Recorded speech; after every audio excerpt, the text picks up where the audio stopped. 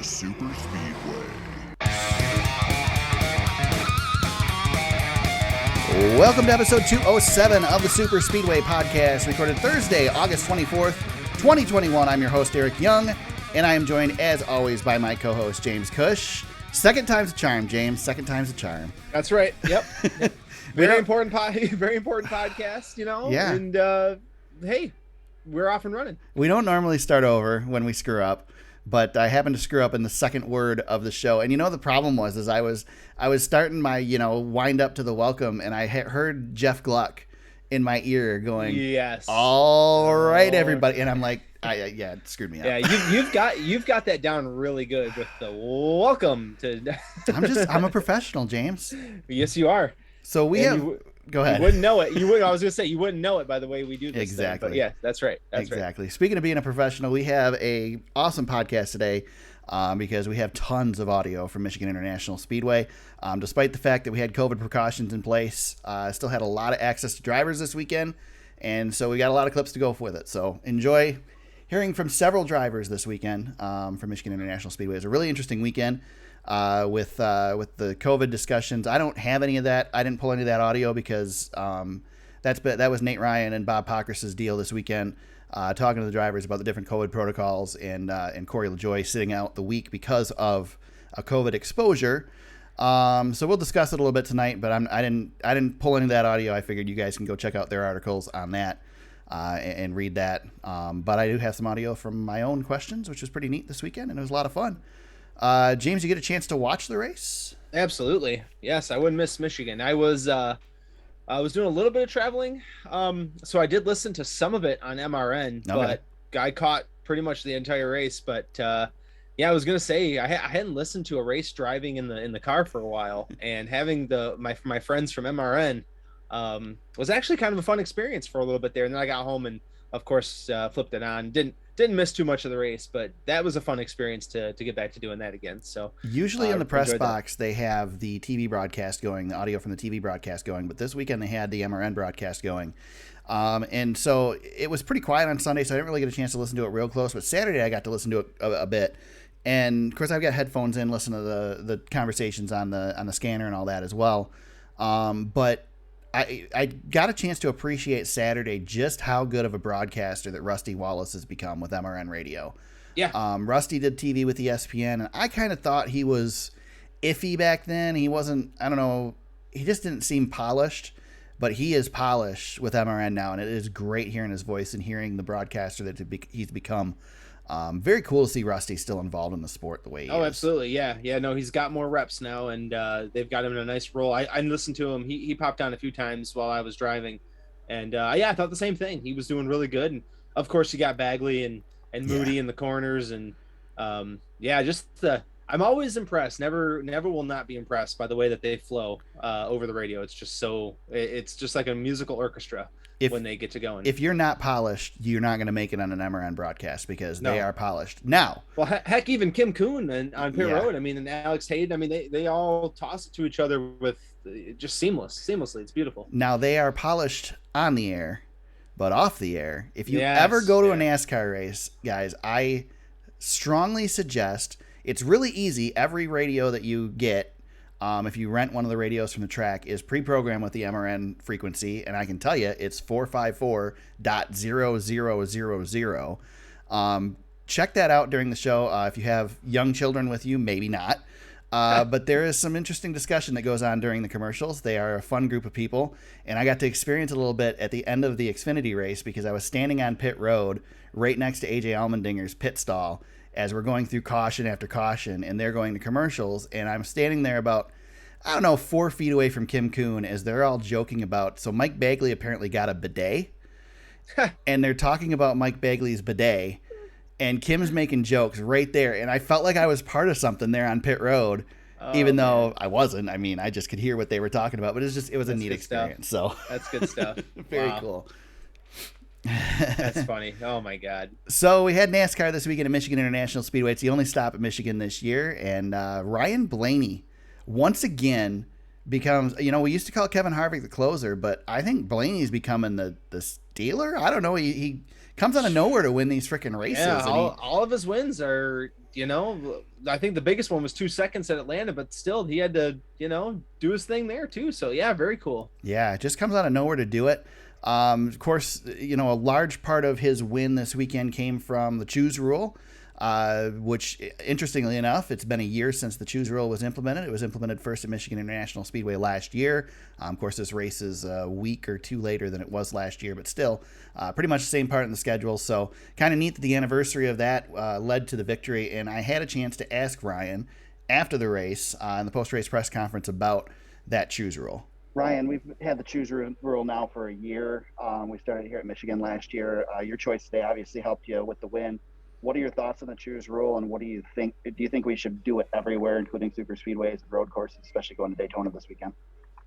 I like the choose rule a lot. The only thing I'm thinking about is if it's, for road courses or speedways, if we should have it. I don't know. I mean, I think it does a great job at, certain places where there's like not a preferred lane. Like the bottom lane here is not the preferred lane. So it gives you your drivers a chance to kind of gamble, okay, maybe I'm not going to be in the best lane, but I'm going to jump a few rows and see if I can get back up in line. Same as Martinsville at the top. So I like it a lot. Yeah, I mean, I wouldn't mind it being applied to everywhere, but kind of the road courses and the super speedways, I don't really think it needs it.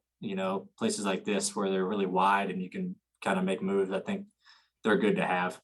So I wouldn't mind seeing them at road courses or speedways, but I don't really think we need them there. But I like it everywhere else. With this race running like a super speedway today, is that kind of a good warm up for next weekend going into Daytona? Josh and I got all we could handle the last 10 laps, that's for sure. And it's going to be the same thing. So yeah, like you said, it's good warm up for Daytona, calling runs and things like that. It's definitely a nice warm up. So hopefully we can repeat the process here. It was definitely a really interesting dynamic watching that race because it did have, a lot of feel of a super speedway race, James. It was, I almost feel like Michigan is becoming Daytona light. Like it's kind of what we saw at Daytona in the early 90s when the restrictor plate package started and they didn't have pack racing, but you really saw those runs and the drafting become super important for everybody. And that's kind of what we have right now, I think. Yeah, absolutely. And, there's definitely, I like that you called it Daytona light or Talladega light because that's it. The leader cannot get away. And you really, it's momentum based racing. You have to use the car behind you if you're in second, third, whatever. If you want to make a pass, which is, we can talk about this, Eric, but it's very difficult to do right now. And it takes a lot of teamwork and a little bit of luck, I think, too. But once you get in that clean air, it's very difficult to pass. But again, for a Michigan race with the leader not being able to get away, it definitely made for, I don't know, I'll call it the manufacturing of excitement, because it looked cool. Right. And it was definitely reminiscent of those early 90s days when the same thing at Daytona where the leader couldn't quite get away, but it was a lot of single file too. Talked to William Byron on pit road as well. He finished second. Here's what he had to say. Anything else you could have done there at the end, William? No, I mean, the 11 tried to go high, and so by me, trying to protect that, I, gave up the bottom. So just part of it. And you mentioned passing being difficult. I had a chance to ask Kyle Larson about that as well. Kyle Larson finished third on the day. Here's what he had to say. How difficult is it to pass without help with this package, Kyle?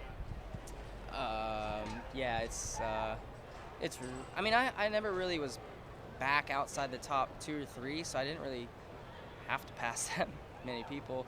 The end of the first stage, I believe, I was able to pass some cars, and that's before people really started using the top groove there. But I was able to get some runs generated then, but I mean, it's hard to pass when you're wide open. I know you guys are getting tons of attention, rightfully so, going into the playoffs. What are you, how are you preparing for that? What are your expectations going into the playoffs, and what do you need to work on at this point to get the championship? Yeah, I'm not sure. I think we've been doing a great job as a team. So just continue to do that. We've been executing very well. Finishing, at least where we deserve to each race. I feel like our pit crew's been on it, so I think we just gotta, get through next week, hopefully win that regular season title, and then really just keep doing what we've been doing.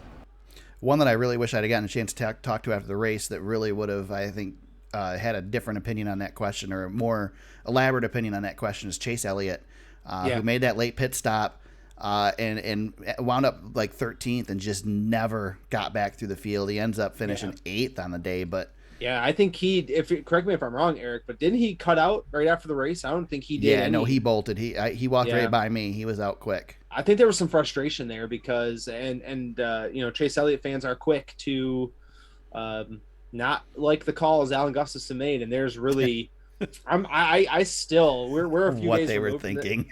We're a few days removed from this race, and I don't know why they didn't stick to what the 5 was doing.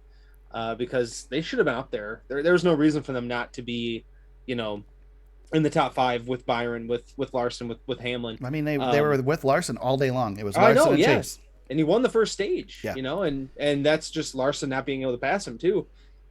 So I don't know. It's that one, every once in a while. They boggle my mind with some of their pit calls, and this was another one. That being said, I mean, he finished 1st and 4th in the stages.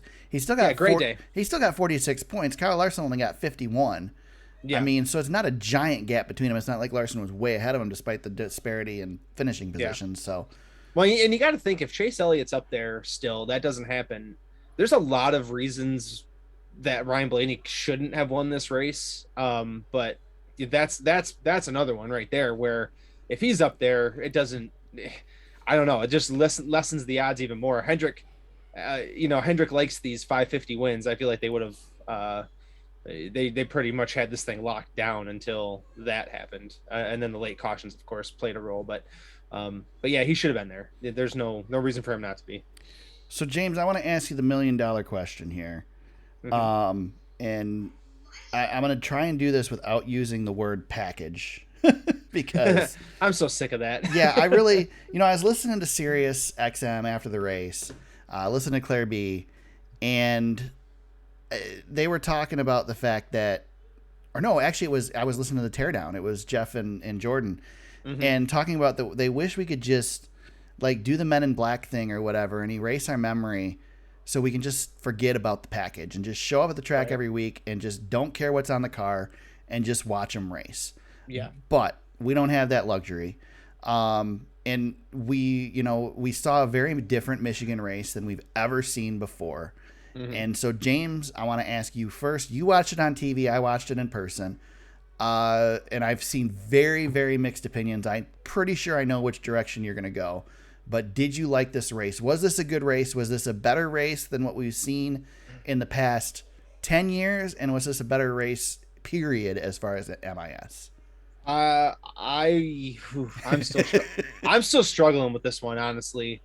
Was it a better race than our normal Michigan? Yes, it was. And even me being a 750 truther, as Jeff Gluck would say, I can't deny that rain and that late race. Listen, the 550 package, Eric, you and I know that it lives and breathes on restarts. Can we just throw a fun caution as the fun flag, baby? Throw the fun flag at 20 to go in every 550 package race. Heck, 10 to go would do it. Especially in Michigan. I'm giving him at least a little time to race. Yeah, so 20 to go.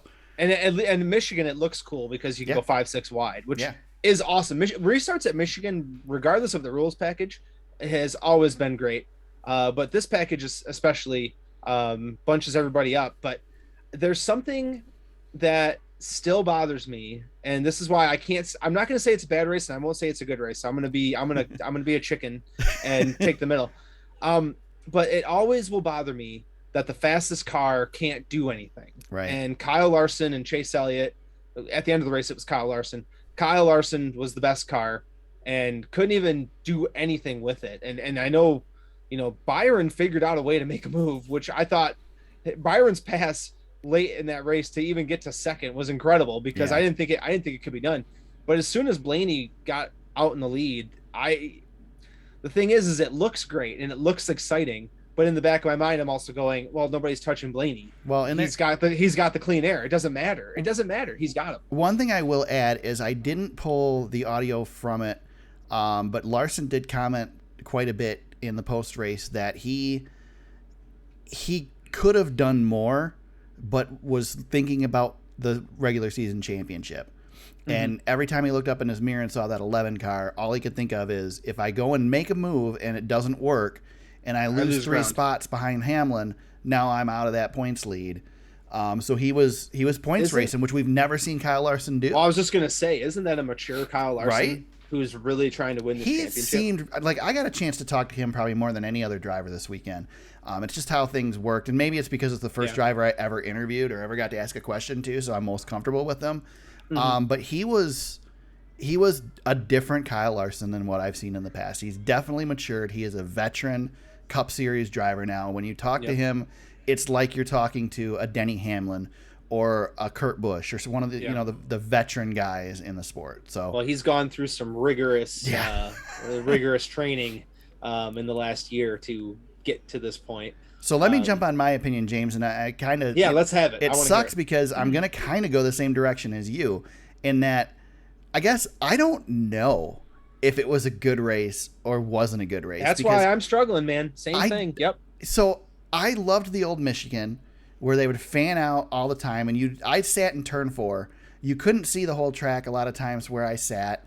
And you could just sit and watch the track in front of you as they fan out in the corners and just be mesmerized for lap after lap after lap, because they were all over from the bottom white line all the way up to the wall, and it was just so much fun to watch. But at the same time, 15 laps after a green flag, the leader was halfway through the pack lapping them already and had, a 5 to 10 second lead on second place. Yep. And the only time you saw lead changes was when somebody ran out of gas or they played fuel mileage. Yep. So from that aspect, I was never not interested on Sunday. I've been in the press box bored at Michigan. I've been bored in the stands many times at Michigan. Yeah. And I was never bored in the stands. Now, part of that had to do with where cautions fell. I think if that last caution for rain wouldn't have fallen, it might have been different, but we were shaping up to have a good battle for the lead at the end anyway. Blaney wasn't going to win the race, but it certainly was still going to shape up to be a battle. It was probably going to be Larson's win, but so I don't know. I guess my issue is what I said at the beginning of this, is that they've made Michigan Daytona light. And I love super speedway racing. And I am fine if Michigan becomes a super speedway track. I'm also fine if Michigan doesn't become a super speedway track and races like Michigan used to race. This middle where it is right now, I'm not sure that I like it, because I feel like it needs to go one direction or the other. And that might happen with a new car. Yeah. That might push it one direction or the other. I have a feeling it's going to push it more towards super speedway than not, which I'm good with. I love super speedway racing. And, if you look at it now, James, once we finish California, we will have 2.5 mile super speedways, and we will have a singular 2 mile speedway.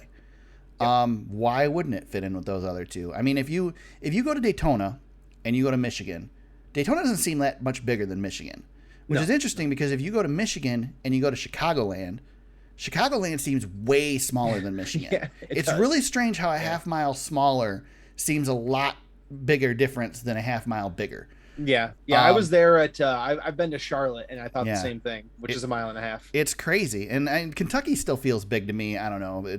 Kentucky doesn't feel as small as Chicagoland does, but Chicagoland feels really small to me.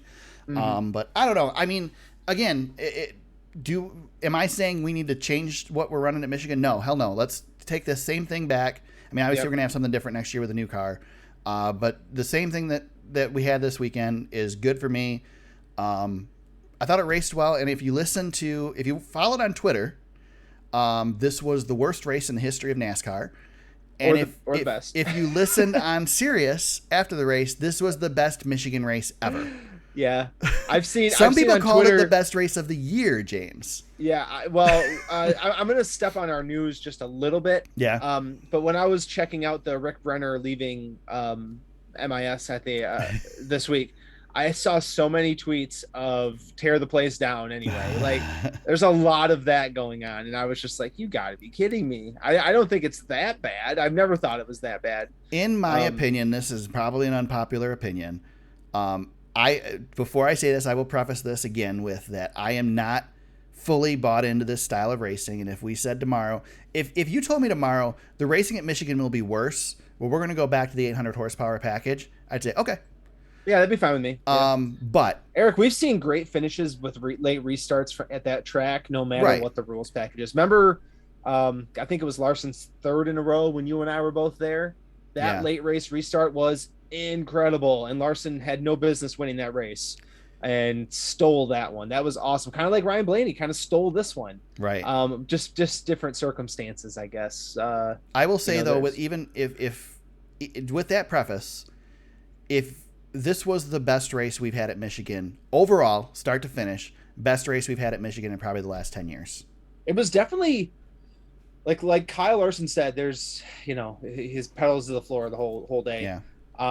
However, the leader not being able to get away, even though you can't pass the leader not being able to get away does make these drivers sweat just a little bit. Mm-hmm. Whether it's harder to drive or not, I don't know. And how they're using the resin, I don't know.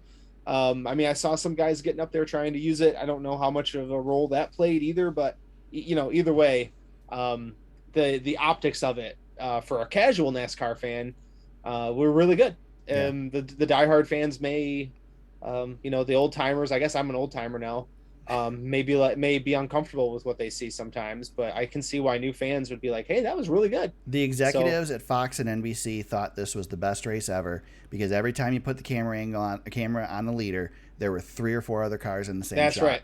Yep. And that's what all they care about. If you took these cars and ran them as a slot car track, one behind the other, without the possibility of passing, NASCAR and the networks would be thrilled because the racing was close. Yeah. Yeah. They only care about close. They're not worried about passing. Nope, I know. I know. Which, I don't know. Again, it gave the illusion. That's what I struggled with during the races. It felt like there was the illusion of closeness, but it wasn't real. And that's, it was a mirage. That's the problem I had. I felt like William Byron and Ryan Blaney were going into a gunfight, and Byron had no bullets. Yeah. I just felt like he was firing blanks because he was never going to hit. He was never going to make the move. Unless he got to his bumper and hooked him or something. I mean, that was the only thing I think he could do. I don't think he could ever have passed him.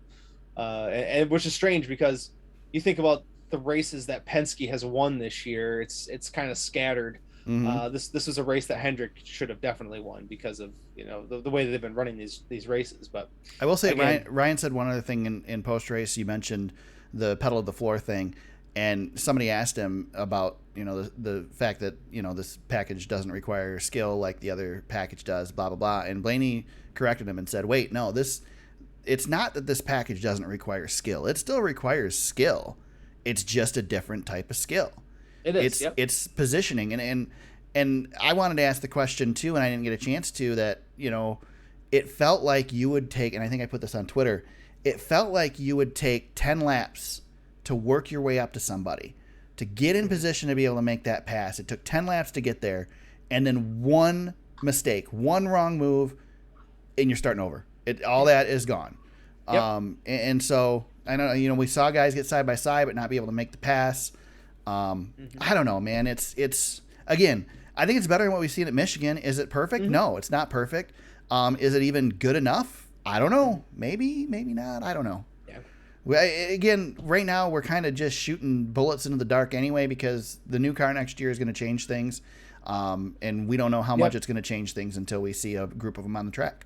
Yeah, there's not really any point to screaming about it anymore. No, you can simulate as much as you want with that new car in iRacing. You're not going to know until you put 40 of them on the track. Yep.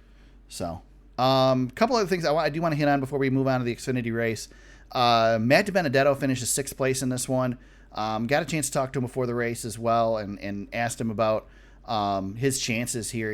This is we've seen Wood Brothers. Wood Brothers dominated this track back in the day when David Pearson was racing. We saw Dale Jarrett get his first win with the Wood Brothers back in '91. And he was strong all day and certainly had a shot at it. If he would have taken the inside line like Blaney did, he probably could have won the race. So, great run for Matt DiBenedetto. So it was cool seeing him run up front. Heck, man, Kurt Busch has figured out this style of racing. Yes, he has. And I think Kurt likes this style of racing. Yeah, he likes it because I think it levels the playing field a bit for him. It suits him well. But he's good at it. He is good at this. I think we were denied a really exciting opportunity to see Austin Dillon battle for the finish. I think we definitely need to talk about this for a minute. So coming the end of stage 2. Did you see it happen? I did not see it happen. I was typing on my computer that the stage was over, and I hear everybody go nuts and look up. I couldn't even find the accident because it went. Well, you don't expect it there. First of all, if you ever sat in the press box, okay, this is going to be me being one of those people that, hey, I'm in an air conditioned press box at a NASCAR race and I'm gonna complain about it, right? The press box at Michigan is situated so close to the track that you have to lean over the table to see the track in front of you. Yeah, you're hovering over the front stretch. So it's hard to see anything that happens on the front stretch if you're not looking for it. And so I completely missed it. It happened. Well, Eric, here's the thing too, Eric. You and I have been going to MIS since the late 80s and early 90s. Yeah. Whenever there's an accident at MIS, you look at 2 spots on the track because it's always the same. Turn 2 exit and off of turn 4. Yep. You never look for the accident on the front stretch. It doesn't happen. It never happens at the start finish line. No. That was a bomb. That was a bomb that went off. We almost had a car upside down. I mean, we did. It almost was a true super speedway race because we almost had a car flipping. And we had an Austin Dillon in the fence situation. Yeah. That was So and James blame Austin took it. I think Austin took the blame. He apologized right away on the radio. I don't think it was Austin's fault. I don't think it was Denny's fault. I think it was just Brad. something You mean that Brad? happens. Yeah, Brad. Brad. Yeah, Brad.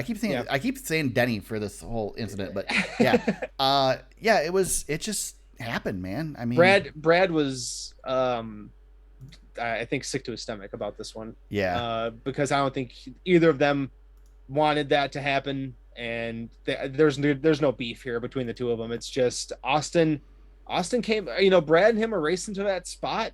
Yeah. Brad chased him down and Austin came up too fast, and that was it. Austin came up too fast. Brad should have got off him. I mean, they both should have been off the gas. Yeah, they both. I don't know why they were taking that. It wasn't far past the start finish line, but yeah, I mean, it's not like a competition caution where you race until the caution flies. The race is over when you cross the line when that green and white checkered flag's waving. So it just shouldn't have happened. It's a total bummer for Austin Dillon. Pretty much denies him a chance at the playoffs unless he wins this weekend. Well, I was gonna say it was a bad day for him, but he gained on Tyler Reddick. It did help when Reddick spun and blew the tire. Yeah. Almost brought out the caution for an even more exciting finish. Can we talk about that wreck? Yeah. A little bit. It was lap 188. I'm looking at Racing Reference just to make sure I got this right. So Joey Logano who did he give room to?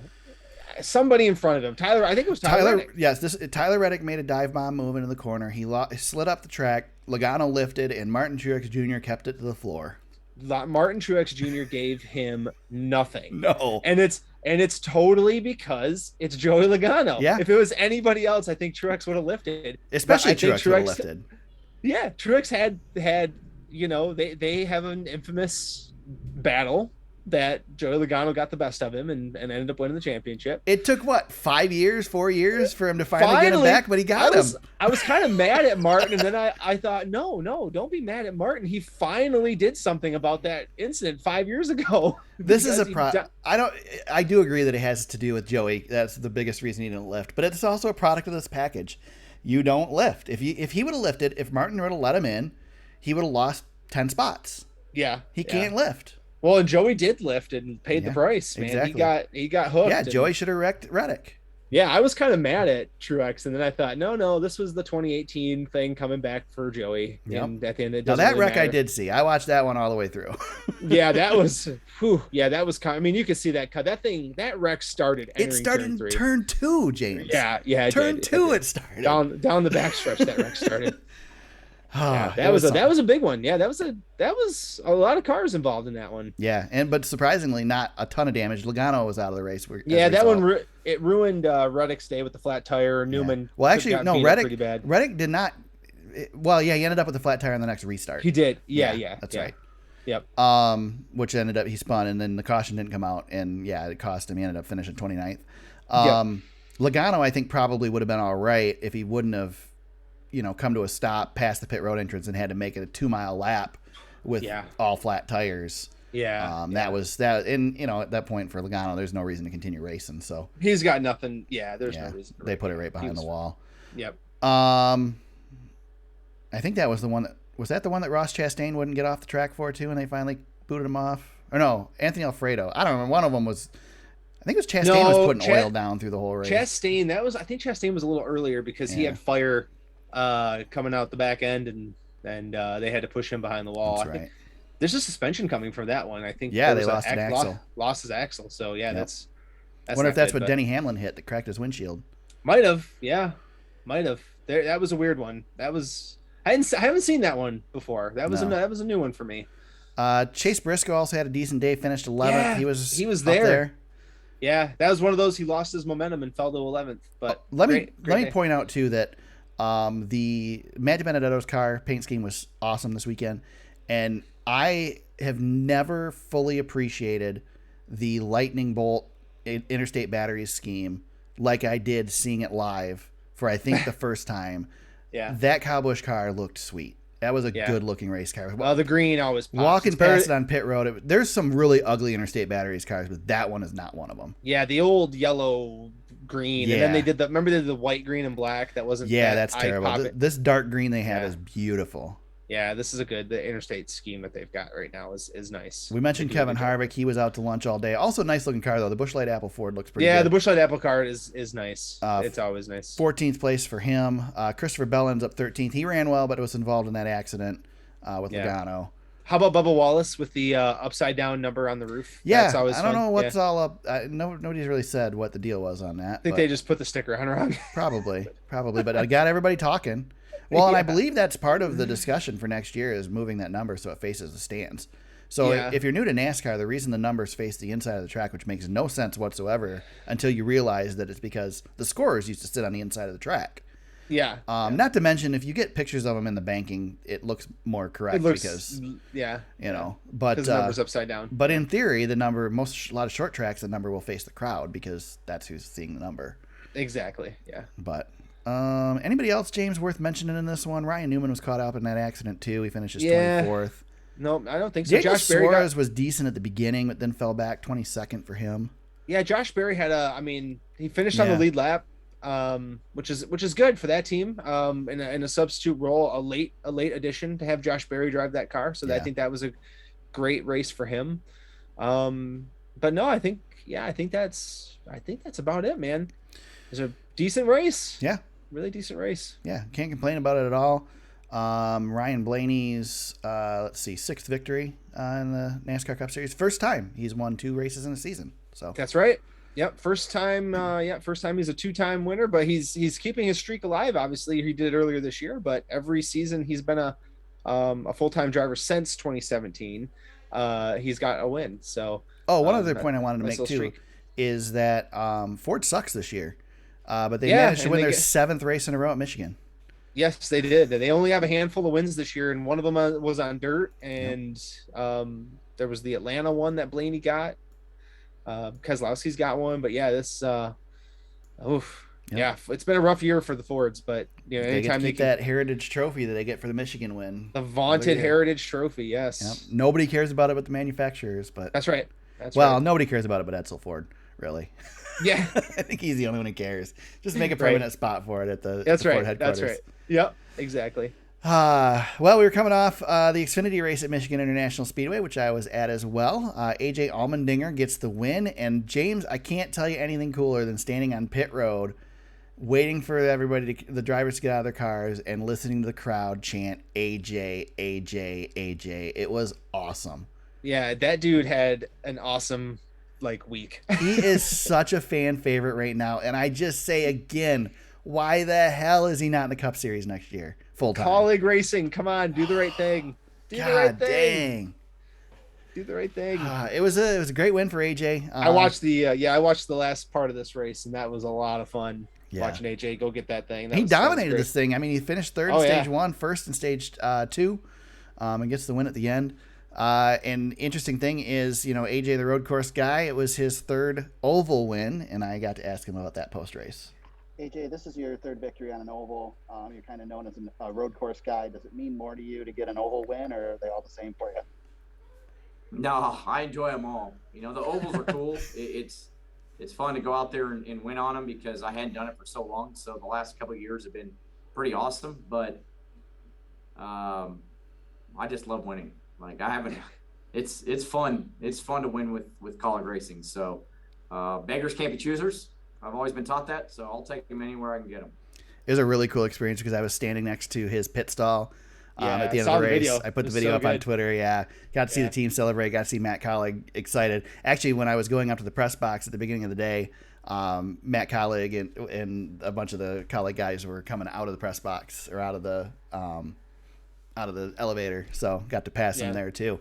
That's cool. AJ he tried to climb the fence or got up on the fence and said he did. Well, yeah, he said he's been hanging out with Elio, and he says Elio's got so much energy. He said he was channeling a little bit of that energy, but he wasn't going up to the top. He says he doesn't have Elio energy.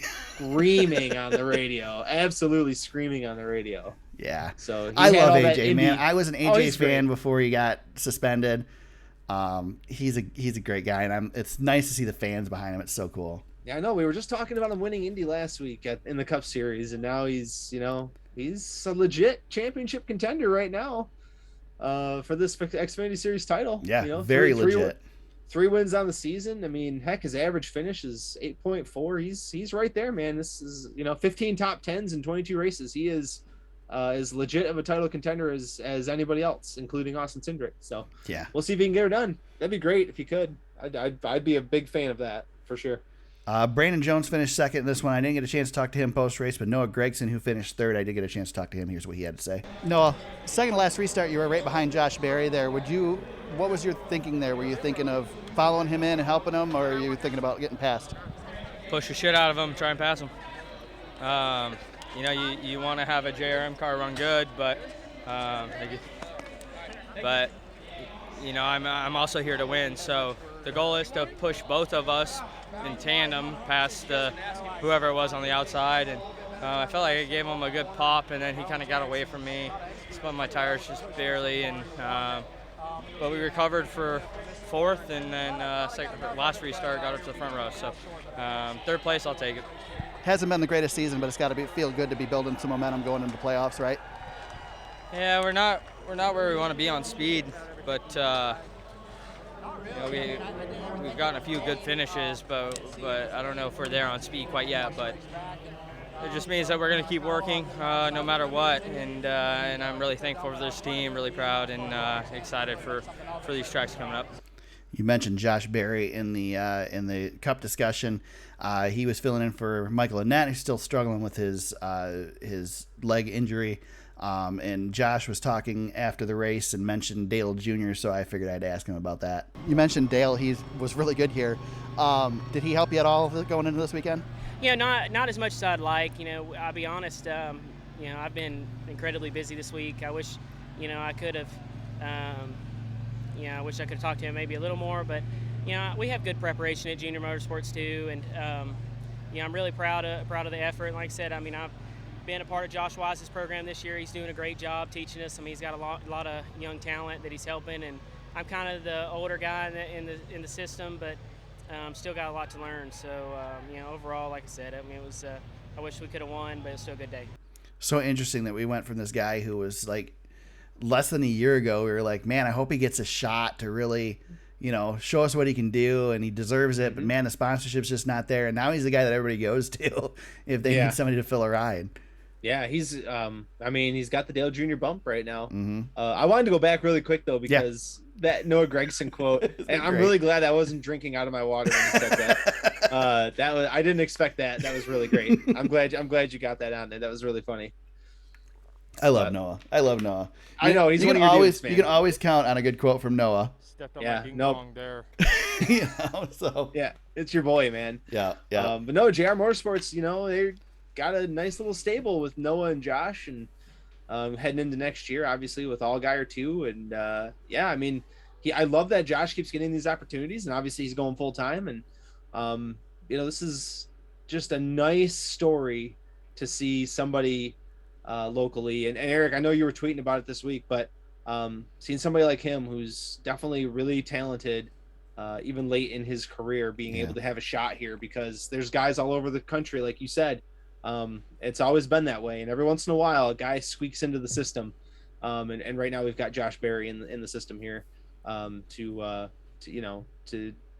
race some races, and I think SRX opened the door for a couple of guys too. So, it's really cool. It's interesting to see this what we've got going with the Xfinity Series right now. It definitely is a colleague / junior motorsports battle for the championship, I think.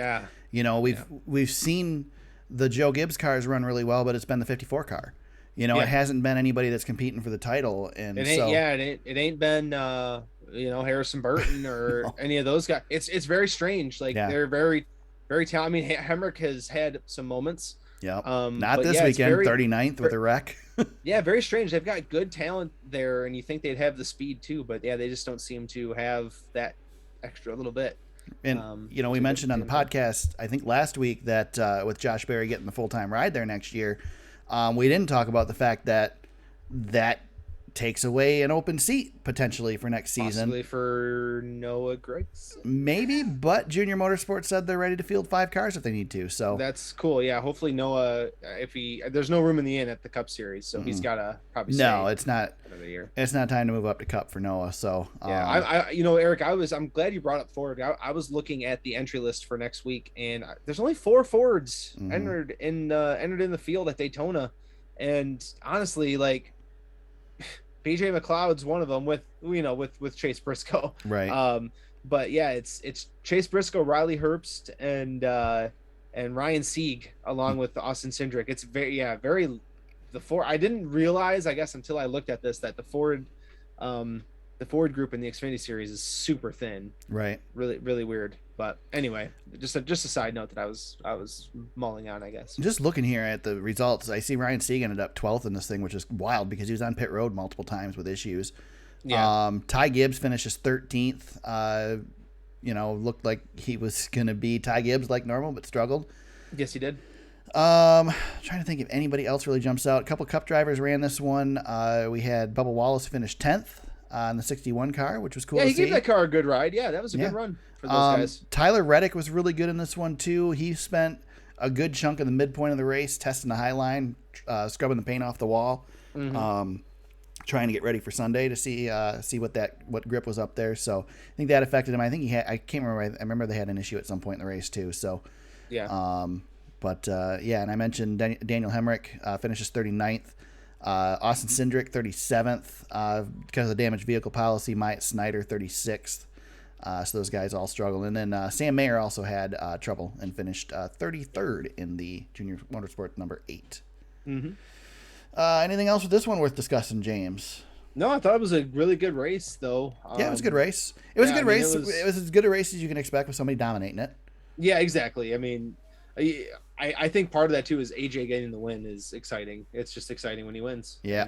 Also worth mentioning too that Jeb Burton and the other colleague car finished 29th, but led 23 laps in the day. He was really strong as well. So yeah, exactly. Yep. Those colleague cars right now they all seem good except for Justin Haley has been struggling as of late. He only got points in the first stage, finished 10th in the first stage, and otherwise he was out to lunch 17th on the day. Yeah, well, maybe he's looking ahead. Maybe he's looking ahead a week here. Yeah. Yeah. Well, I'll tell you what. I'll give you a hint at my picks. He made me nervous enough to where I wasn't picking him. I'm not picking him because I made him nervous. He made me nervous. Yeah. Okay. Interesting. So, yeah, I think. Oh no, he is one of my 2 possible choices, but I don't think I'm picking him. He's making me nervous. It's funny. The Truck Series was in action this weekend as well. It was Toyota 200 presented by CK Power from Worldwide Technology Raceway. Sheldon Creed dominates this one, gets the win. We had several playoff drivers struggle in this one, but of course the big story of the night is the power outage with a 90-minute delay due to that, which was excruciating because the race already started as late as it did. So bad. Sheldon Creed leads 142 laps out of 163 to get the win in this thing. And, James, it's really funny because last week when we were talking our picks, I said, this really feels like a Matt Kraft and Ben Rhodes type of night. Yeah. And you should have taken one of those guys, James. I thought about it, yeah. Well, I wanted Sheldon Creed, but, I couldn't have him. And then you absolutely crushed me. But, yeah, Kraft and... Hocevar still came back for 8th. That's pretty darn good considering how bad he was all night. Yeah, Ben Rhodes would have been the lesser of the evils there because he would have at least kept it close. But, my God, I got my butt kicked on our picks. But I'm just glad Hocevar survived the... whatever was going on out there. That was a mess the whole night. The power outage, the big wrecks, just a ugh. Well, let's look at playoff drivers. Zane Smith finishes 35th, furthest back for a playoff driver. Todd Gilliland finishes 29th. Chandler Smith 28th. Austin Hill 23rd. John Hunter Nemechek 22nd. That's a pretty big hole to start with. How itchy do you think Kyle Busch was after that thing was over? Bad. Like John Hunter's fine. He's still in the points lead, and he's not going to. But Chandler Smith's out right now, so Chandler Smith's got to get some work done. But I think Kyle was probably really frustrated after that. I think if you look up at the front, I don't see Stuart Friesen staying consistent. Yeah, he'll come back. I feel like Stewart's going to slip. Crafton probably the same way, and Ben Rhodes is also streaky. So I don't know. I don't know that I'd be real confident. Those two are both good at this track. I just know they've always run well here. They don't always finish well here, but they run well here. Yeah. And of course, we're going to Darlington next, which is in place of the road course at Canada. We got a long break. Long break here, but those guys are most of these guys. Like Chandler Smith will have a good truck going into Darlington. He can make up, a handful of these points here. Right. But there's. It's a bottleneck from about 7th from Hocevar down to Smith is 21 points, so it's a bit of a bottleneck right there. I think the top 6 guys are probably in a pretty safe spot if they just run their race. But we're in the playoffs for these guys now. Yep. And they got to drive as such. But that what a mess. Yeah, it was something. The IndyCar race the next night was pretty wild too. So great Gateway. Oh man. Jeez. Yeah. What'd you think of the fake record that Haley Deegan got? I hate when you have to bullet point statistics. The third best finish by a female competitor in NASCAR Camping World Truck Series history. My favorite fourth is female to finish inside the top 10. The first female to finish inside the top 10, except for at Daytona.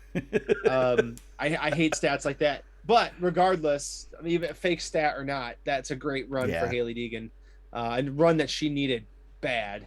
She needed a top 10, and it stands out when Haley Deegan gets a top 10. That's how much she needed this one. Just for the record, the other 3 women or female drivers who have finished in the top 10 in the Truck Series are Natalie Decker, who finished 5th at Daytona in 2020, Jennifer Jo Cobb, who finished 6th at Daytona in 2011, and Angela Ruck, who finished 8th at Daytona in 2019.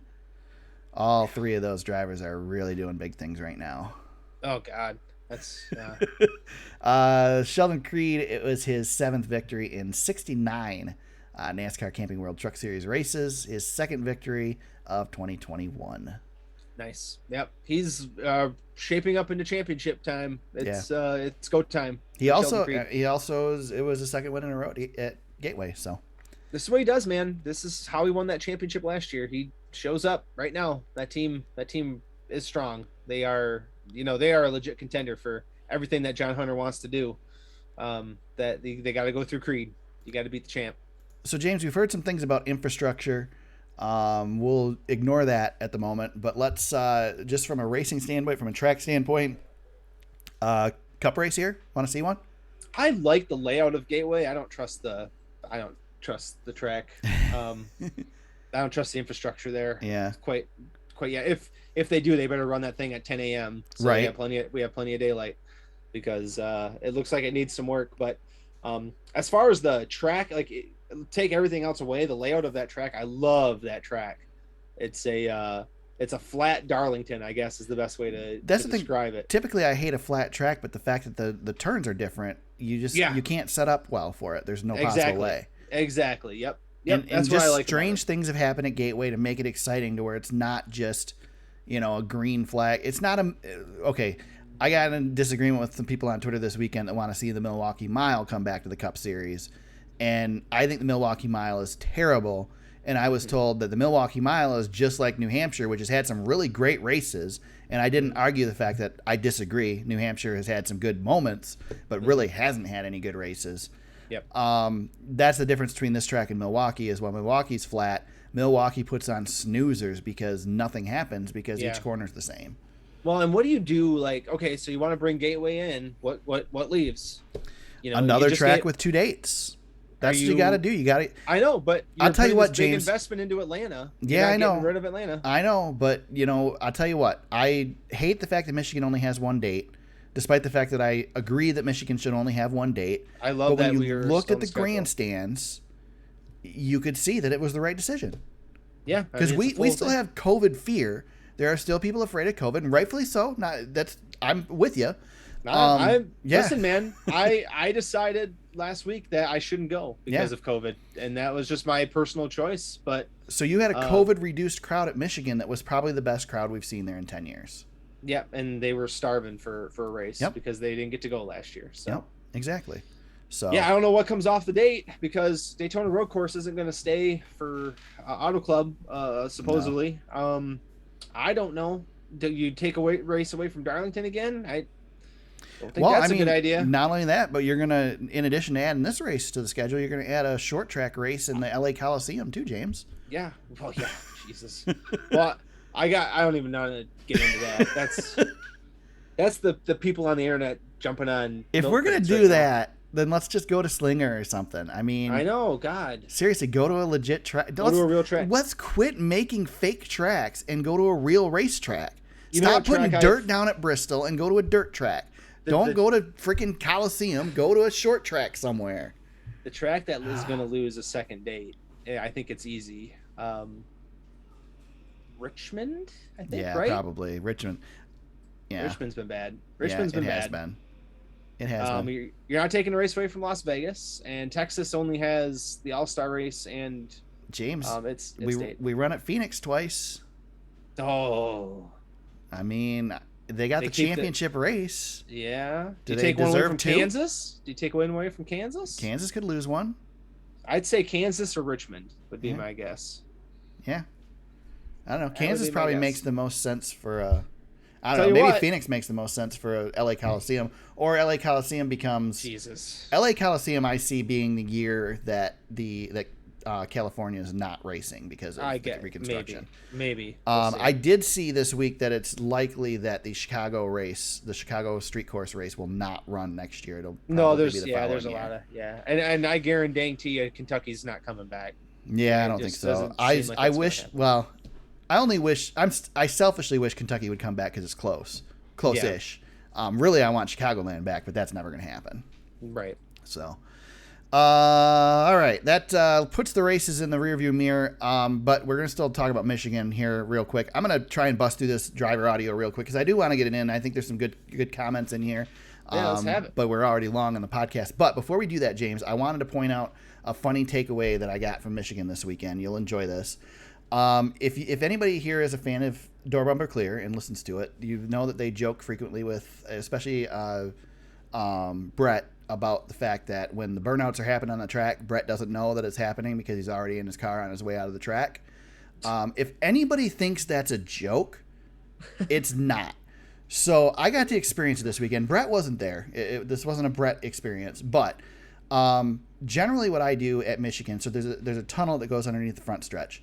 And after the race, they have a bullpen, they call it, for the media, where the top 5 drivers, used to be the top 10, this year with COVID, it's the top 5, come up and you can ask them questions and whatever. And that's where I get this audio from a lot of times. And so you want to get down there and be down there for the end of the race because they're going to come out of their cars, talk to TV, and then go right to the bullpen. So if you're not there quick enough, you'll miss it. So generally, I go down to pit road, usually with about 20 to go. I'll leave the press box and head down. If you're following my tweets, you'll notice at 20 to go, the tweets stop. and I'll go down there and wait for the race to finish. On Saturday, I did that, and of course, we had 2 green-white checkers and a bunch of cautions before that, and so I stood down on pit road in the direct sunlight for an eternity, waiting for the race to end. And when you're down on pit road, anybody who thinks it's cool, it'd be cool to be on pit road, it's cool for about 10 seconds because you literally see right in front of you, and that's it. You can't see anything else. So you're just sitting down there. And it used to be I had the fan view so I could watch the broadcast on the fan view. Well, those don't exist anymore. So you're really sitting there just waiting for something to happen or waiting for the race to be over. So on Sunday, because there was a late race restart, I'm like, I'm going to stick it out and see what happens here. So I had my bag packed up on my shoulder, standing at the glass right by the door as the field crossed the finish line for the checkered flag. As they took the checkered, I literally ran to the elevator, which is probably, 30 feet away from the press box, and get to the elevator, hit the button, and turn around, and here are 5 spotters running into the room as well with me. The elevator stops. Everybody jumps on the elevator. The elevator's not full. It's probably a quarter full. They all are like, move up to the front, quick, move up to the front so nobody else can get on the elevator because they don't want to stop at each floor. So we stop at the next floor, and they're all standing up at the front like there's no room, and a couple guys squeeze in. They're all irritated about it. The elevator gets down to the ground floor, and they literally book it to the tunnel and run through the tunnel to get out of there. It was hilarious. Oh, man, that's awesome. At least you got to experience. I mean, hey, they got a system down. Yeah. So. Now, to be fair, neither Freddie Kraft or TJ Majors were part of that group. So, yeah. So that's so funny. Anyway, one of the cool things in NASCAR did this weekend, without qualifying, there was not a lot of chance to meet with the drivers, so they did a media availability with the top 20 in points outside the NASCAR hauler before the race on Sunday.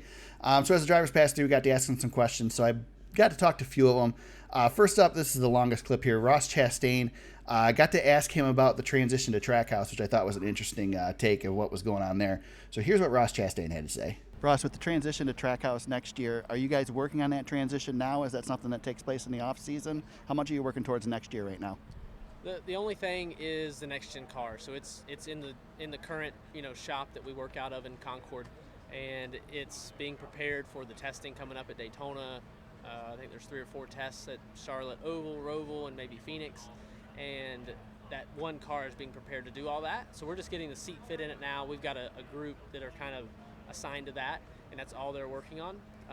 But as far as like naming or new people coming in, no, it's business as usual. There's just one extra car in the shop, and there's plenty of room at CGR at Chip Ganassi Racing, and it's over getting new parts, because you order it all through a portal online. When Mr. Jody gets it ordered in and it delivers, they bolt it together, and then I come look at it, and we're getting ready for the testing. But no, aside from that, it's business as usual as the 42 and the 1. Russ, what are some things about the new car that you're most anxious to learn, find out about? Crashing it. I mean, just what does it feel like? Do I feel more? Do I feel less? We're using our same seats, but they're recommending we enclose our heads a little more, so we raise our headrests. Probably across the board. I know for me, I'm probably going to raise mine to get it up closer to my eye level, which I probably should have done in the past. And then from there, enclose it both left and right, closing that space. Right now, I only do that at road courses, and then here I have a little more room. So yeah, just crashing it, seeing what right? Nobody's crashed one yet, a person, So, well, I guess Drew did a little bit, but it wasn't that bad. So, yeah, that's the biggest thing. That's the biggest thing that, kind of when we talk about it, I'm like, somebody needs to crash this thing and tell me how it feels. I just thought that was an interesting dynamic. Mm-hmm. It's something that you don't get to hear a lot, especially the seat positioning and all that. I thought that was kind of neat. Also got a chance to talk to Matt DiBenedetto before the race, and just asked him about 2022 and whether, well, you'll hear the question. Here's what Matt DiBenedetto had to say. Matt, we've seen guys like John Hunter Nemechek go down to a lower series and try and improve that resume a little bit. Obviously, you've got a great resume, but is that something you consider as a step down to a lower series to maybe work your way back up? I've gotten that question a lot, and at first my answer was like, well, no, I know I belong in Cup and I can win the Cup Series, and we're obviously showing what we've changed on our team and what we've done and how much success that's equated to. And so my answer at first was like, well, it was a little bit of a stubborn answer. But after I had to take a step back and realize that it's not about me. I have trust in my faith to know that I'm not in control of everything. I just work as hard as I can at what's in my control, and then see where the Lord leads me. That's my take on it. I think that says a lot. I think it does. That's really great. We're looking at Matt DiBenedetto not having an option right now for next year in the Cup Series. Yeah, I think we're talking about a next Xfinity Series driver next year, and honestly, that's telling. But it also sounds like he's at peace with that as well. I think he would be okay with that, and honestly, I think Matt's got to win anywhere he goes. Mm-hmm. That's a great, Eric. You pulled a great quote there. That was really insightful. That was good. Thanks. Like I said, I'm a pro, man. You are a pro. Yep, no doubt about it. Also had a chance to talk to Austin Dillon and Tyler Reddick before the race, just about what it's like to race against a teammate for the bubble spot. Keep in mind this was before the race, so before Austin's crash and all that. Here's Austin first. Austin, you're in a unique position of battling for that final spot with your teammate. What's that dynamic like, and are you guys still sharing information? Are you a little more closed doors, or? No, I mean, I think we're still sharing information. Obviously, when it comes to track position and calling a race, we're on our own a little bit there because we're chasing each other a bit. But, now where the points are, we can try and get as many as we can for next week. But I think a win is one of the things that we need more than anything over the last two races. I heard somebody talk over the last week or so about, whether they're having closed door meetings over there at RCR or not. So thought it'd be an interesting question to ask. Kind of got the answer that I expected. Of course, Tyler Reddick had something similar to say. You guys are in the unique position of teammates battling for that final spot. What's that dynamic like, and are you guys still working together, sharing information, or is it kind of every man for himself? No, we're definitely still working together. It's a position where, outside looking in, you could formulate a lot of different opinions but inside our doors, inside our building at RCR and the compound that we have there, the teamwork is still there. If not, over the last, I'd say, month, we've worked even closer together. These last two road course races being very, very similar in what we bring to the racetrack, really working, comparing to each other, trying to use each other to help, find more speed in our cars, whether that's racing line or, driver input wise or based on our setup. And lastly, Denny Hamlin was down there. Got a chance to talk to him and figured I'd take the opportunity to ask him about how things are going at 2311 this year. Denny, things seem to continue to improve over at 2311. Evaluate where you guys are at this point in the season. What do you think of what the season's been like so far? Yeah, I mean, it's been an up and down season. I thought for the first 5 to 6 races they established where they were, and then they went through a 10-race stage where they kept getting better and better, and then it just kind of plateaued. It seemed like over these last few, 4 or 5 weeks. Again, we've had some tracks that are pretty tough on Bubba, on the experience and skill-wise. So I think that we'll see really kind of where they stand here on these ovals coming up here in the next few weeks. But ultimately, I expect them to run a little bit better than what they are right now. How close are you to announcing plans for next year? I don't know. I mean, I think that it's day to day, week to week, but maybe something soon. I'm not sure. And there you go. Good work. Big kudos to NASCAR for giving us a lot of access during the COVID thing. Obviously we had COVID protocols increased last week for NASCAR, and still gave us a chance to talk to the drivers and get. It's come a long ways, James, since the first race that you and I went to at Michigan, where you get to talk to the top 3 at the end of the day on Sunday, and that was it. And if you didn't have something set up with the media or with their representatives beforehand, you weren't talking to anybody else. And now to get this access, I mean, I got to experience a couple years ago when I got to ask Jimmy Johnson a bunch of questions, and it's like I said, you go there and there's tons more audio. If you guys want to check it out, go to the superspeedway.com. Go check out our page on SoundCloud as well. They're all on there. I asked a bunch of preview questions for the race as well and put those up over the weekend. Didn't include them in the podcast because obviously that's in the past now. But just got a chance to talk to a bunch of drivers. Plenty of other opportunities too. I didn't get to witness the wonderful, brilliant quote by Martin Truex Jr. about the vaccine and its effectiveness. Unfortunately, I wasn't there for that. probably wouldn't have been able to keep from rolling my eyes. I did roll my eyes during the Kyle Busch comment about HIPAA. Oh God. Were you there for Eric Almirola comparing it to a vasectomy? No, that I was my not favorite. there for that either. It was the only downfall to this was they had us standing in direct sunlight and it was almost 90 degrees. Of course. And we all had to wear masks to protect the drivers, 90% of who aren't vaccinated. I think it's funny. The drivers don't care about you, Eric, but yeah, right? God, you better care about them. I'll tell you what, the only mask I saw with a driver is Denny Hamlin had one in his hand. That's it. So nobody else is wearing them. Or nobody else had them even. I'm telling you, man, the quotes that came out of this week had disappointed me to a very high extent. Yeah, part of the reason shocked. I didn't pull any of it for the show, and we're going to talk about it a little bit. Yeah. But part of the reason I didn't talk about it or pull all the audio for the show is because I just, I really want to keep the politics out of NASCAR, and this isn't a Trump Biden politics thing, but it's still politics.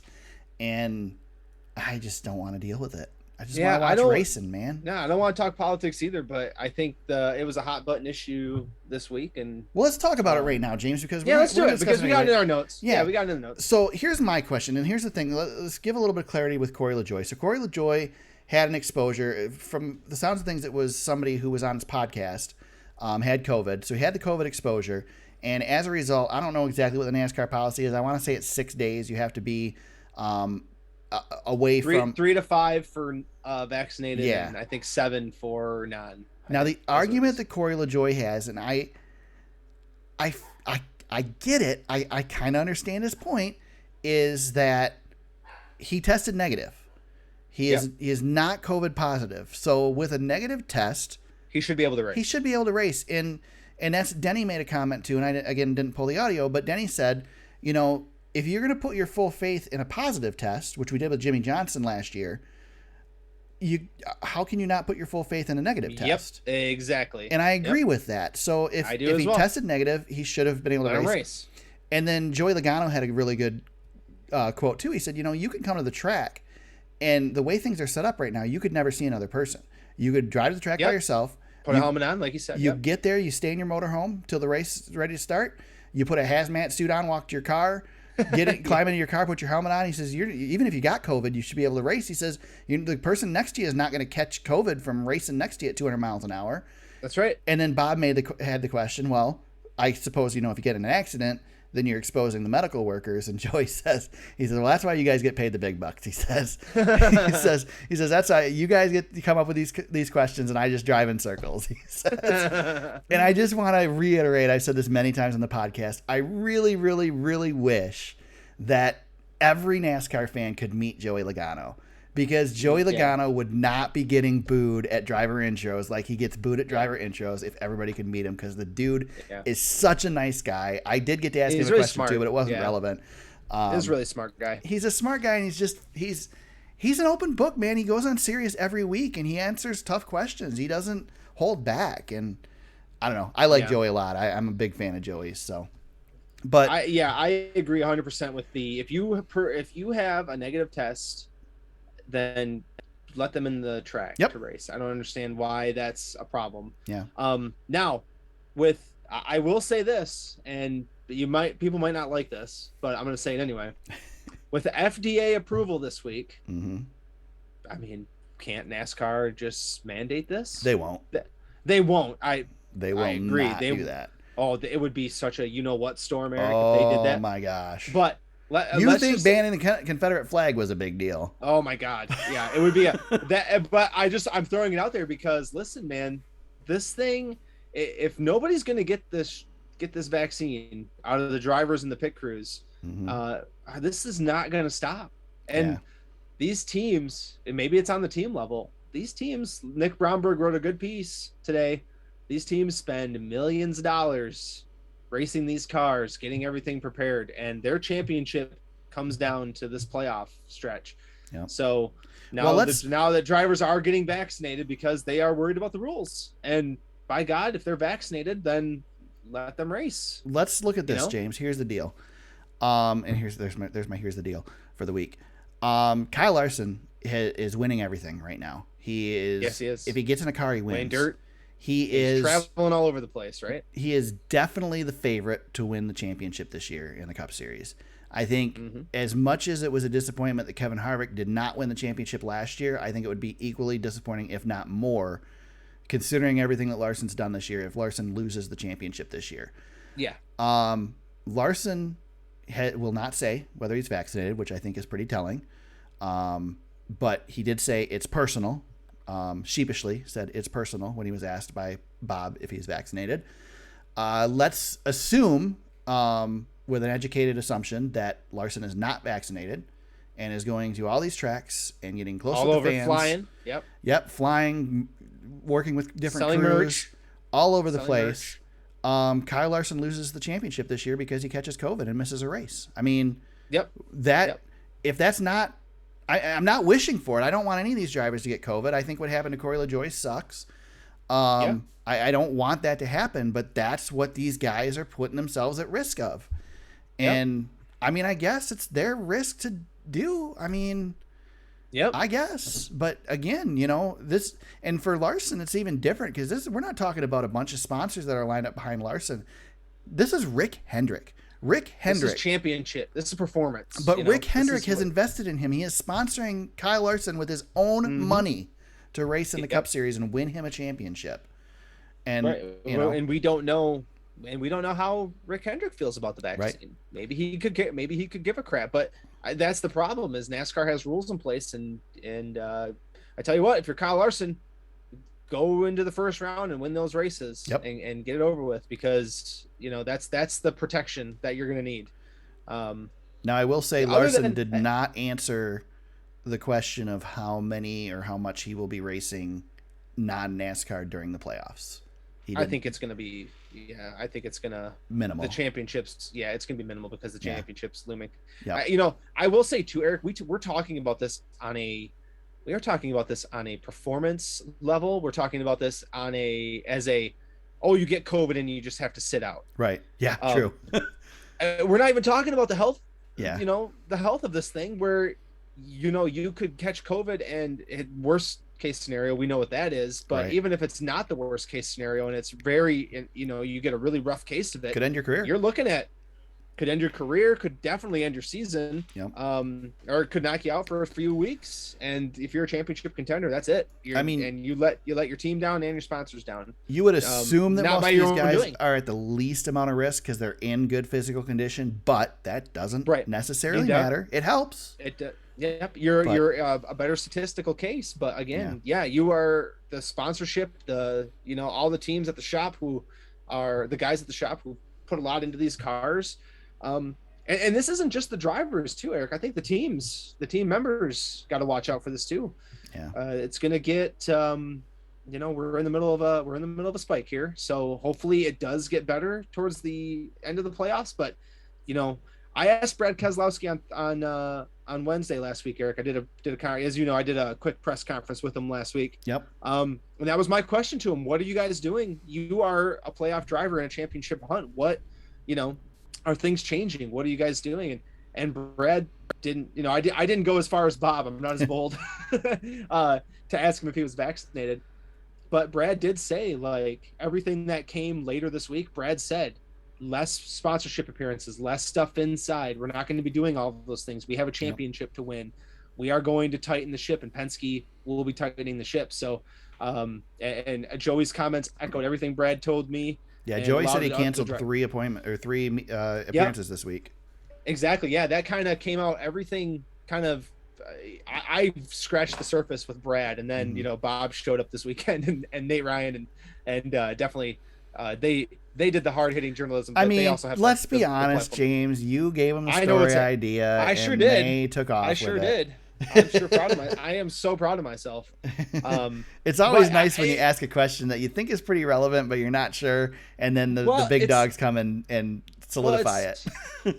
It's nice to know that you and I both have like our pulse, like our finger on the pulse of the sport. That, those are the questions that we want to know, because I'm a journalist. It matters. So, I look at these types of things anyway. And James, you're not a journalist anymore, but you were. And so you have that at one time. that doesn't go away. You have that knowledge of what your curiosity, what a story is. Yeah, I mean, honestly, that's all journalism is asking the questions that everybody else wants to know the questions to, but just knowing that that's the question to ask. Exactly. Yeah, boy. I tell you what though, Eric, I felt so dumb on that call Wednesday because I went with a COVID question.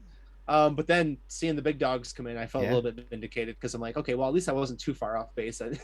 I think. But yeah, I actually applaud you for asking a question that people weren't asking, because I've chickened out on several questions, and I want to ask Kyle Busch about Brexton this week, but I'm like, is Kyle going to be pissed because I'm asking him about his kid instead of? Boy, you got to watch Kyle Busch. I think he'd be pissed at anything you ask. You never him, know. So. He was in a good mood though. I mean, other than annoyed at answering COVID questions, which most of the drivers were. I mean, there was a lot of annoyance with dealing with the questions. They don't want to talk about this stuff. Right. I don't blame them either. I'm sick of talking about it. Yeah, but me too. It's a thing right now. Like me too. I was really looking forward to going to Michigan and not having to deal with it and having to wear a mask indoors. Yeah, it sucked. But hey, man, it was better than last year being there without fans and not being able to talk to drivers. So I took it. Absolutely. Yeah. It sucked wearing a mask in 90-degree weather. And I had a black mask to begin to make it even worse. Yeah. Yep. I get that, man. All right, let's hit some news, James, and get the heck out of here because we are going long. Yeah, we are. Speaking of Michigan International Speedway, just can't get away from this track. Rick Brenner announced that he's stepping down at MIS. You mentioned it earlier. Been on the roll since 2016, and as James notes in the notes, he was a former guest of the podcast. Yeah, one of our fun episodes that we did together. Yeah, that was kind of fun. Yep. We had a quick meetup and knocked that sucker out. Yeah. But yeah, I thought I don't know, Rick was definitely not Roger Curtis. Right. He wasn't flamboyant, and I guess he wasn't a man of the people. But that being said, I think that's just his personality. I think he was a business guy that came in and just performed business duties. And unfortunately, the last couple of years for Michigan, like COVID, then you have dates move, no fans, and then you lose a date. That's a tough situation for any track president. But he's not like some other tracks. He was lucky enough to lead the track into keeping a date, and I don't think Michigan's gonna be coming off the schedule. So I thought he was adequate. I can't really judge his performance, but you and I talked about this earlier, Eric. He had an impossible job. Roger Curtis was one of the most well-known presidents in all of NASCAR. So you can't come in and replace Roger Curtis very easily. So it's an impossible task. Yeah, I agree with that. I don't really have anything additional to say. Just like you said, it's tough to fill those shoes. Of course, Rick's from New Hampshire and heading back to New Hampshire with the family and getting a job out there. So good for him. Good that he's moving on to something else, and he's leaving on his terms, not on somebody else's terms, which is always cool. So well, and I always appreciated that he took the time for us with our little podcast. That, not just us. I mean, he, Brandon with Lap Traffic as well as had him on the show. He had him on the show this year. Mm-hmm. Again, and we could have gotten him on again too if we'd asked. We just didn't ask. So I mean, he willing to talk to people and get the word out, and he did a good job. He just wasn't Roger. Yeah, I look forward to seeing who NASCAR brings in here to do this job. If it's going to be somebody in the system. I joked around that I'm going to apply for it, so we'll see. Wish me luck, and we'll see. We'll see what happens. I don't know if I was joking too that I don't know if that increases or decreases my chance of getting credentials if James. It's a definite decrease. That's what I figured. My true colors would come out if I ever got a smidgen of power in anything. Yeah. My true colors would come out, and I'd be a complete villain. So. Yeah, that's what I figured. I mean, I've always kind of like I was your boss when you worked at the paper. And I mean, I'm not really your boss of the podcast, but you kind of let me be. So, it would be your chance to have the upper hand. So probably wouldn't go well for me. So fast. Yeah. Oh yeah. It'd be bad for you. Yep. So watch out. Got to see some news broken. So I don't remember the guy's name, but he works for an independent sports organization here in Michigan. And there was media availability with Eric Jones on Sunday morning on Zoom, and he had the first question for Eric and just threw a freaking curveball out there to see if he'd get an answer, figuring he was going to get a denial, and said, "Hey, are you have any plans for next year?" And Eric says, "Well, actually, I can announce that I've re-signed for 2022." It's like, holy crap, man! Congratulations for getting that getting that scoop. So being the one, Yeah. being the one. So Yeah, Eric had a big week. He announced his deal, and then I guess he also announced his foundation at his home state. So that was kind of cool. Yeah. But, he was all over the place. He made the best out of the Michigan appearance this year. Yeah, Eric, it's tough to, but we knew that there was no room at a bigger, unless SHR made an extreme play for Eric Jones, there was no room with a big team. No. So next year with the new car, this might not be a bad idea for Eric to run one more season. Yeah. This is definitely not a long-term move for Eric Jones. But again, gets to stay in the Cup Series, and hopefully with the new car, it'll be a little bit different for them next year, and maybe his performance will improve, and he'll get back in with one of the big dogs. So we'll see. I like Eric Jones a lot. I like the 43 car. So what would be better than seeing Eric Jones get a win for the 43 car? Yeah, I'd love it. Next year, I really do think there could be some opportunity next year to maybe steal a big speedway race or something for him. Hell, Eric, we're going to Daytona. I was just gonna say, Eric Jones has a couple wins at this track we're going to. One official and he does. One exhibition. Yeah. So I mean, he'd be good. Yeah, you never know. Stuart Haas, Tony Stewart, I think last I saw him was eating a Subway $5 footlong. James, don't you know anything? Yes, he was. yeah. He's back. He's off the Burger King and he's back with the Subway. Yeah, Subway's back with Stuart Haas. I don't know if there's anything else to say there, but Subway's back in NASCAR, so that's cool.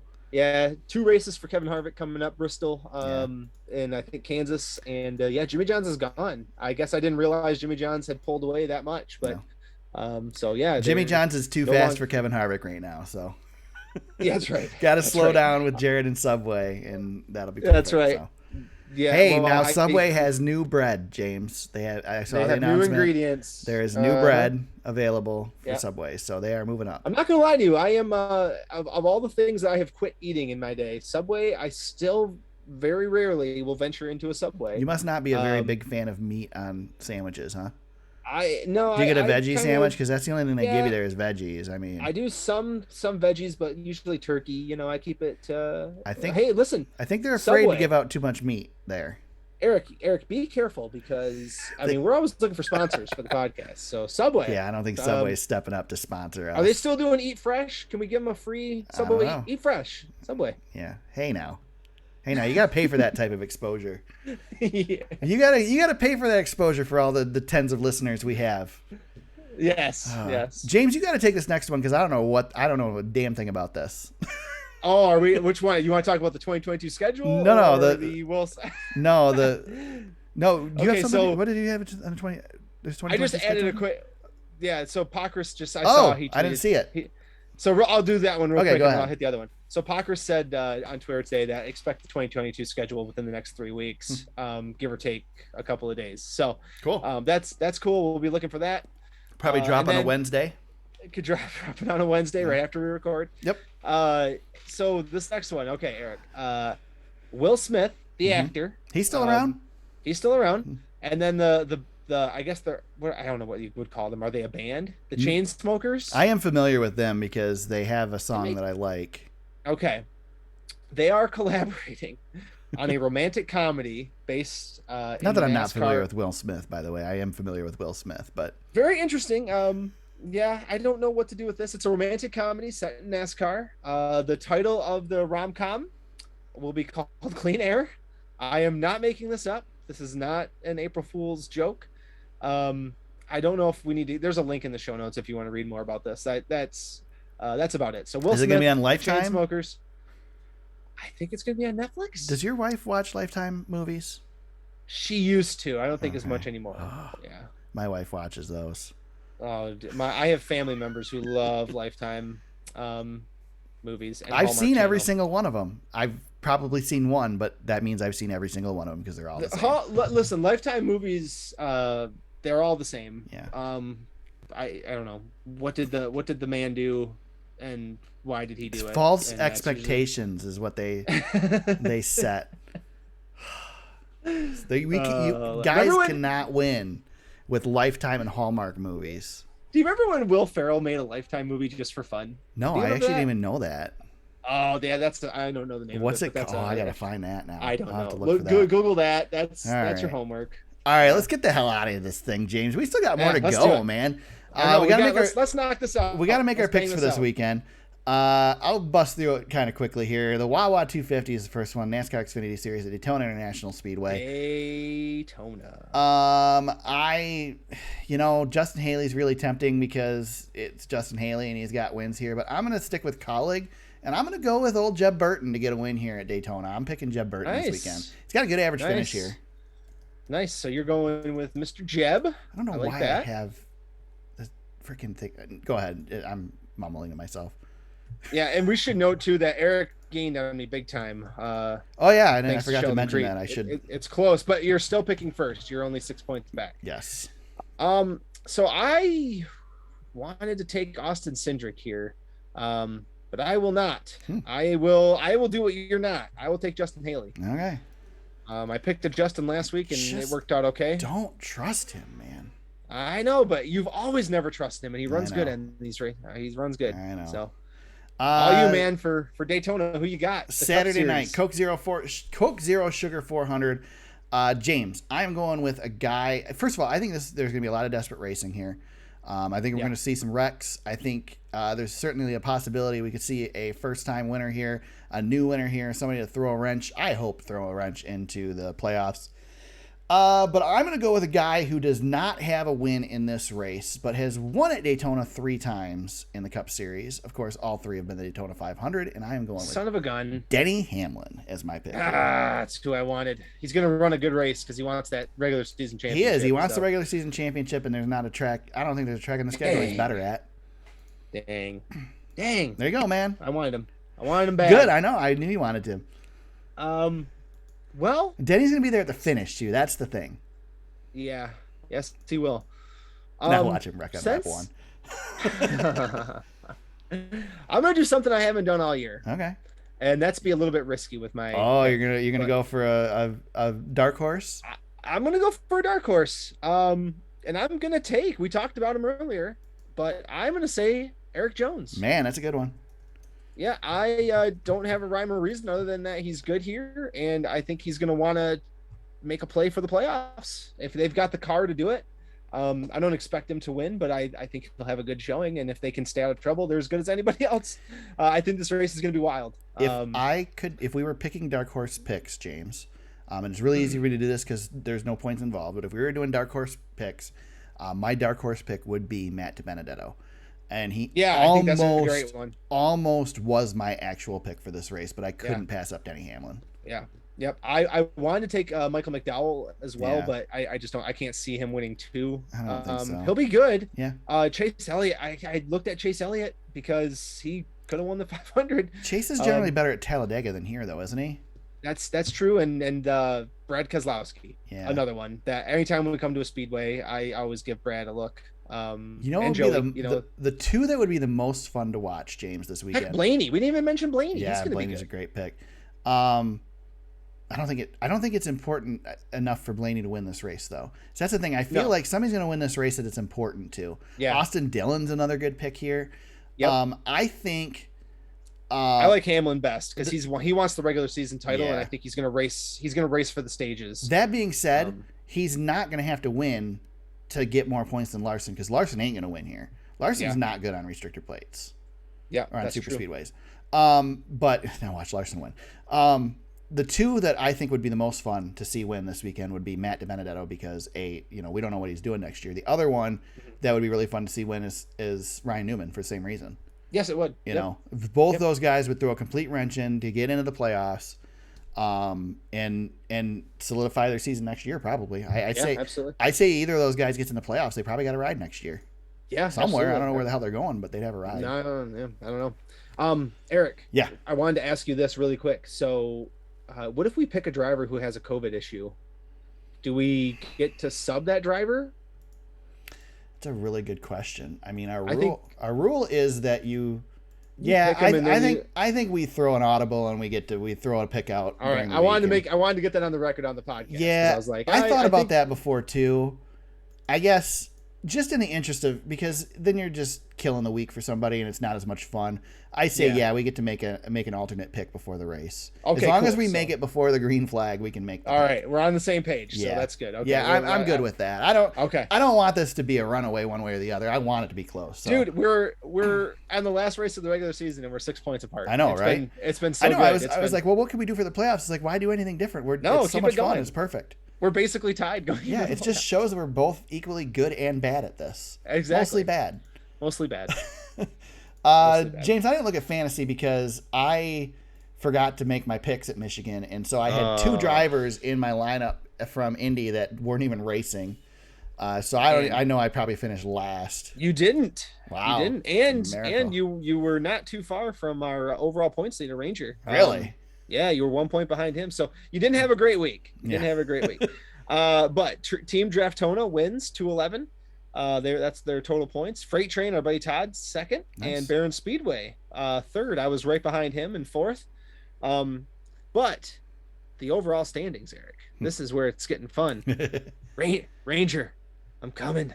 I'm right behind you. I'm right there, man. I'm 118 out. So I'm trying like hell. I really want to make it a battle. So Ranger's still in the lead. He's actually sitting pretty comfy. But I've been nipping away just a little bit. So I'm still second, and Team Draftona is third. Eric, you tumbled a little bit. You went down to fifth. So what happens if you win? Do we kick you off the podcast for that week? Because the winner gets to be on the podcast. Listen. That'd be a victory for me. So. Yeah, right. That's a lot of fun, man. I don't know. It's good stuff. Yeah, I don't want you to win. It is good stuff. Listen to it. I don't know. I was so Ranger was so far in front. It was discouraging, but I've been just nipping away very slowly. He's letting you catch him.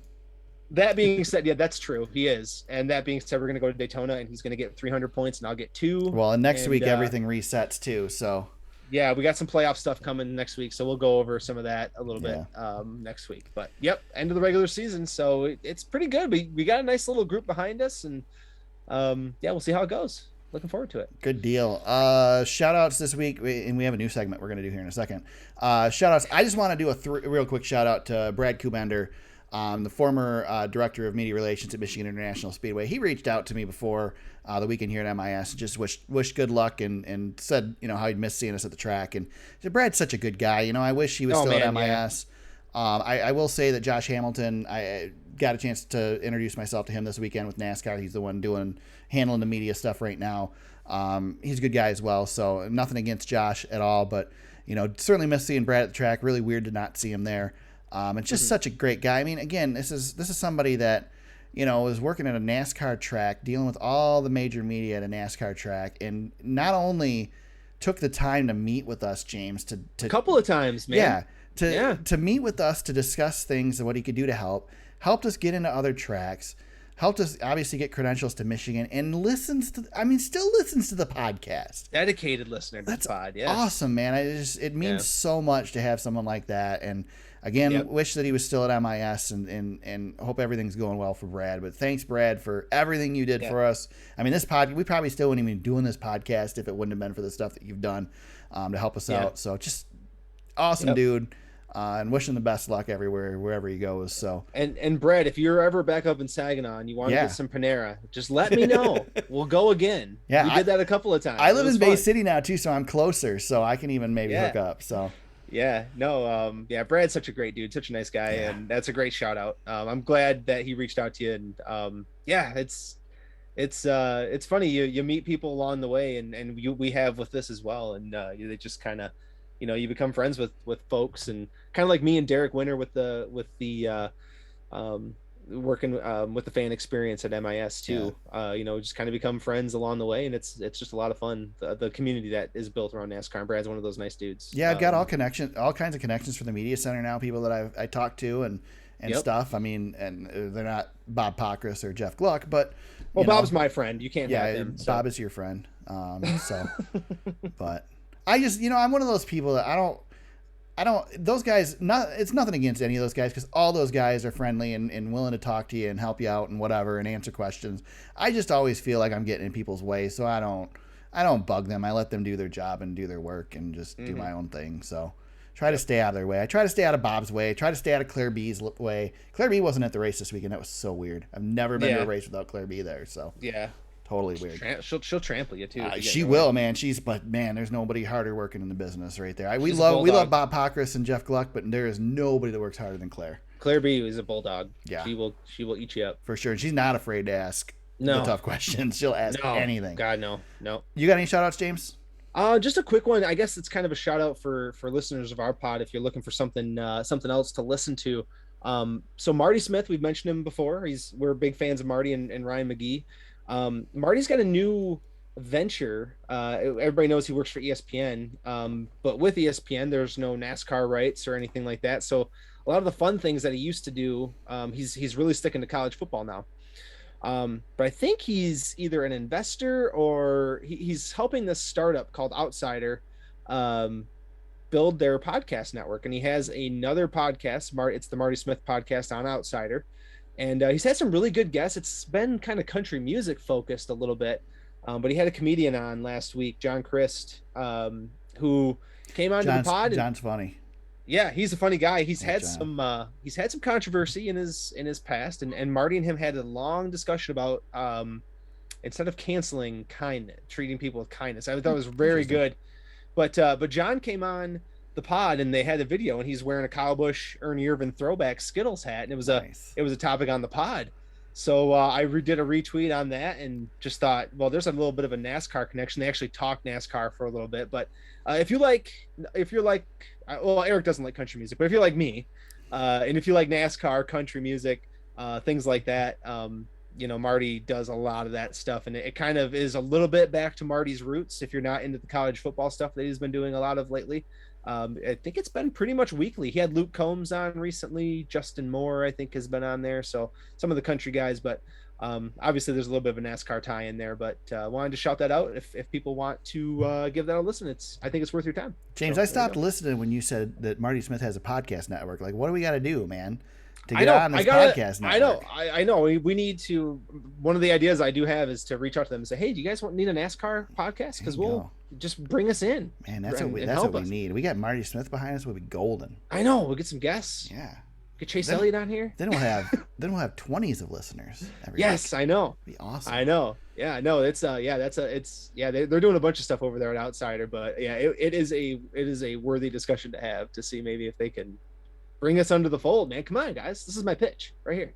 So we added a segment to the show this week. James has aptly named this Jackass Corner, which I have stuck with for lack of a better idea right now. If you listen to Door Bumper Clear, they have What an Idiot. I just wanted to throw this in here because I feel like every week I've got something to rant about or something to just throw a little what the hell at. So I'm a little less fired up and annoyed with this now than I was on Sunday. But so Michigan International Speedway has historically had the worst traffic in NASCAR getting out of the track at the end of the day. I remember when we used to camp across the street from the track, you could leave 6 hours after the race and be stuck in traffic and not be able to move more than a mile in about 3 hours.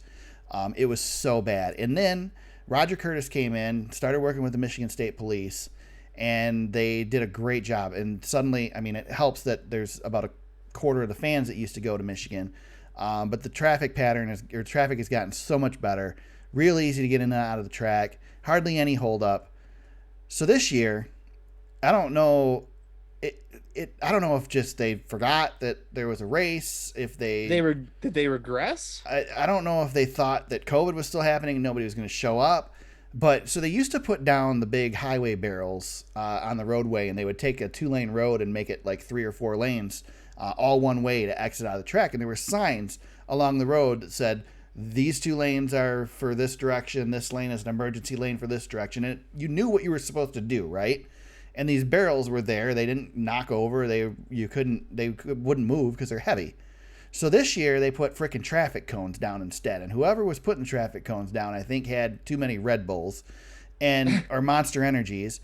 and none of the cones were standing upright. They were kicked all over the frickin' roadway. It was impossible to tell which lane was the lane you were supposed to be in, and there were no signs on the side of the road. So while there's 3 lanes on a 2-lane road, you know that there's at least 2 lanes leaving the track. Only 1 lane has traffic in it, and it's all stopped because nobody knows where the hell they're supposed to go. And if you try to move over to the other lane, there's freaking cones in the lane in the way. It was so damn irritating, and it still wasn't that bad. It's only a couple times where I stopped. It took it took probably a half hour longer to get out of the track than if you just were driving out with no traffic. That's so But bad. it was still freaking irritating, and nobody knew where they were supposed to go. They changed the traffic pattern to get into the infield 2 years ago in 2019. And then this year they changed it back to the old one, but didn't tell anybody. So, like, I think I'm going to the right place, but not sure. I don't know. Just they did a terrible job of communicating. And maybe it was my own fault for not looking it up. Maybe I did a bad job, but just something was off this year. Eric, are you the jackass of Jackass Corner? I could be. It's possible. I don't know. It might be my fault completely. I was less prepared this year than normal. I had, adapters and crap that I needed for my setup that I didn't have. I couldn't pull any audio on Saturday because I forgot a freaking card reader to pull the audio off my recorder. So, I mean, I don't know. So maybe it was me. Maybe it's my fault, but it was irritating. It wasn't my fault that there were traffic cones laying all over the freaking roadway. Yeah. But anyway, that's my... James, you got anything for Jackass Corner this week? I thought a lot about this, and I wanted to... I guess I will say it. So right. Brad Kozlowski's brother, Brian... he's puffing his chest out. Yes, I'm glad you're doing this one because listen, man, I want to see people get vaccinated. That's great when you get vaccinated, but don't go out there, and you can look up his Twitter. I'm not gonna link it. Did my part, James. He did his part on August 23rd. He's not the problem. Okay, Brian. Good work. And poor Todd. I know he's buddies with Brian. He's not gonna like this. I don't care. You're a jackass. There. That's how we'll end the segment. There you go. And with that, James, if Brian Kozlowski is out there and he wants to tweet back at you on social media, how can he do that? God, I feel terrible about this. At James Cush on Twitter. Yeah, this is going to be a real short-lived segment because neither of us want to burn any bridges. It's all in good fun, guys. We're not really hating on anybody. Said, I quote, "You're a jackass." You did say you're a jackass, and I'm not editing it out. So okay, that's fine. You can find me at TSuperspeedway on Twitter, but just tweet James. Give him your nasty comments. I'll just.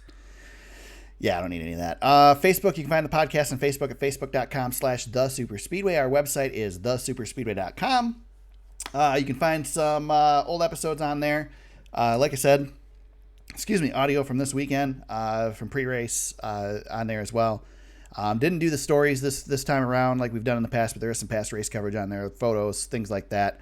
So check that out, thesuperspeedway.com. You can find the podcast on there as well. Let me say that again, thesuperspeedway.com. Let's pronounce the words. That's how a podcast works.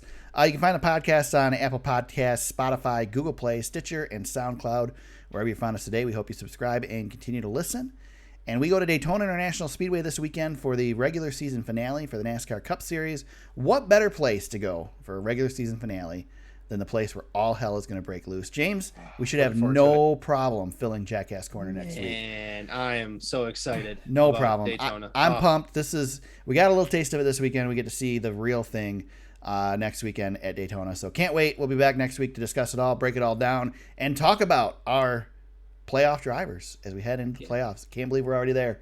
Until then, everybody, let me find it. I moved the link on my sound pad here. There it is. Until then, everybody, let's go racing.